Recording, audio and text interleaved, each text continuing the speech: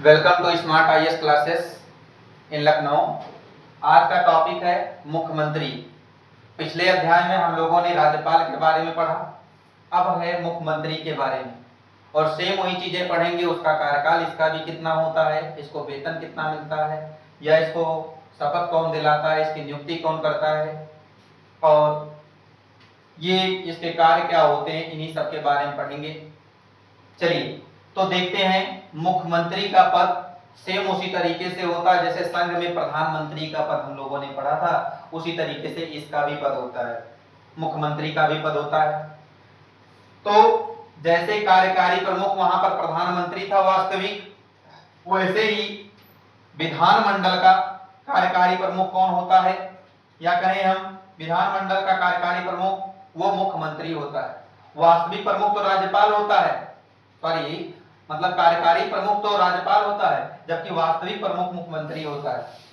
जैसे वहां पे पढ़े थे हम लोग, संघ की कार्यपालिका का कार्यकारी प्रमुख कौन है, वो राष्ट्रपति है, जबकि संघ की कार्यपालिका का वास्तविक प्रमुख कौन है, प्रधानमंत्री है।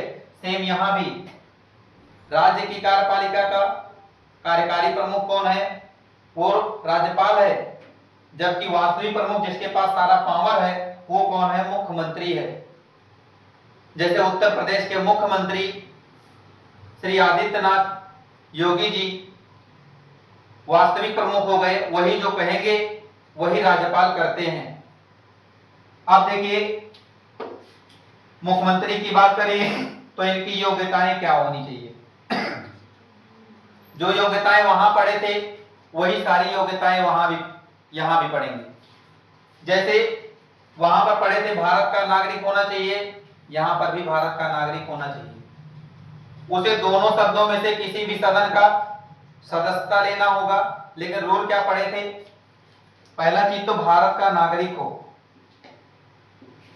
भारत का नागरिक हो, और साथ ही साथ में आपने पढ़ा था कि पागल अथवा दिवालिया भी नहीं होना चाहिए इसे, और पढ़ा था कि वो किसी सदन की सदस्यता लिया हो।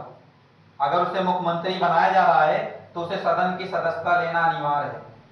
लेकिन इसमें क्या पढ़ा था आप लोगों ने, इसमें यह पढ़ा था जैसे वहां पे पढ़े थे कि सदन का अगर सदस्य नहीं है तब भी वो मुख्यमंत्री बनाया जा सकता है, लेकिन 6 माह के अंदर दोनों में से किसी सदन की सदस्यता इसे लेना पड़ेगा, चाहे वो विधानसभा का ले चाहे विधान परिषद का ले, लेकिन कहीं ना कहीं का उसे सदस्यता लेना होगा।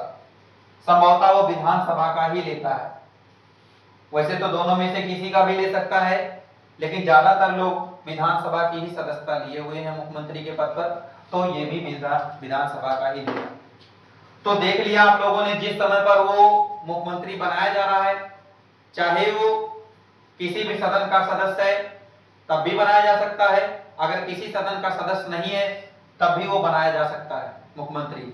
बस रूल क्या है, 6 महीने के अंदर उसे किसी भी सदन की सदस्यता लेनी पड़ेगी। आगे बात करें, मुख्यमंत्री की नियुक्ति कौन करता है। जैसे प्रधानमंत्री की नियुक्ति राष्ट्रपति पढ़े थे, वैसे मुख्यमंत्री की नियुक्ति राज्यपाल करता है। मुख्यमंत्री की नियुक्ति राज्यपाल करता है। वही बात करें अन्य मंत्रियों की नियुक्ति कौन करता है, वो भी राज्यपाल ही करेगा, लेकिन वो किसकी सलाह पर करेगा, मुख्यमंत्री की सलाह पर करता है। अन्य मंत्री जितने बनाए जाएंगे वो राज्यपाल उनकी भी नियुक्ति करेगा। बस प्रश्न ये है कि किसकी सलाह पर करता है, मुख्यमंत्री की सलाह पर अन्य मंत्रियों की नियुक्ति करता है। अब ये तो हो गया इसकी नियुक्ति। अब आगे बात करते हैं इसका कार्यकाल कितना होता है। जैसे प्रधानमंत्री पढ़े थे, इसका कार्यकाल कोई फिक्स नहीं होता है, लेकिन ये जानते हैं कि इसका कार्यकाल कितना होता है, 5 साल का होता है। इसका कार्यकाल कितना होता है, 5 साल का होता है।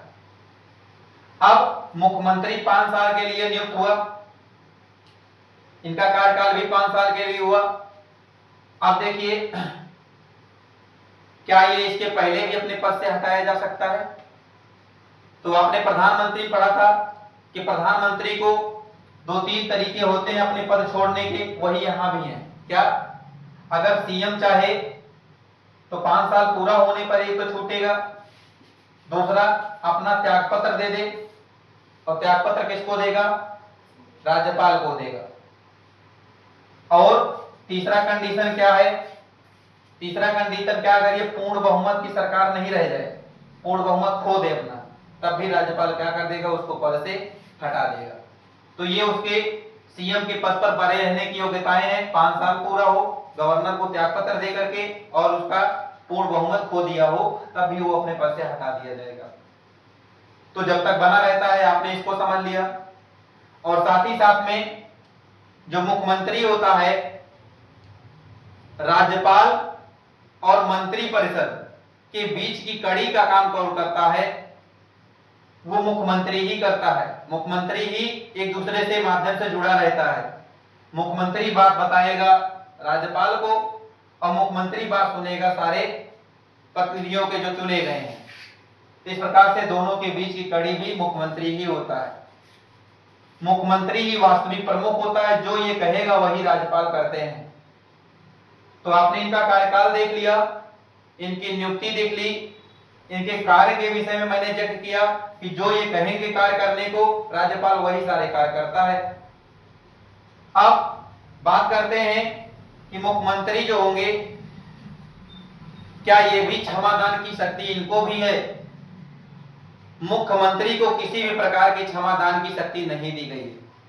क्षमादान की शक्ति केवल 2 को है, एक राष्ट्रपति और एक राज्यपाल। तो मुख्यमंत्री को कोई क्षमादान की शक्ति नहीं है।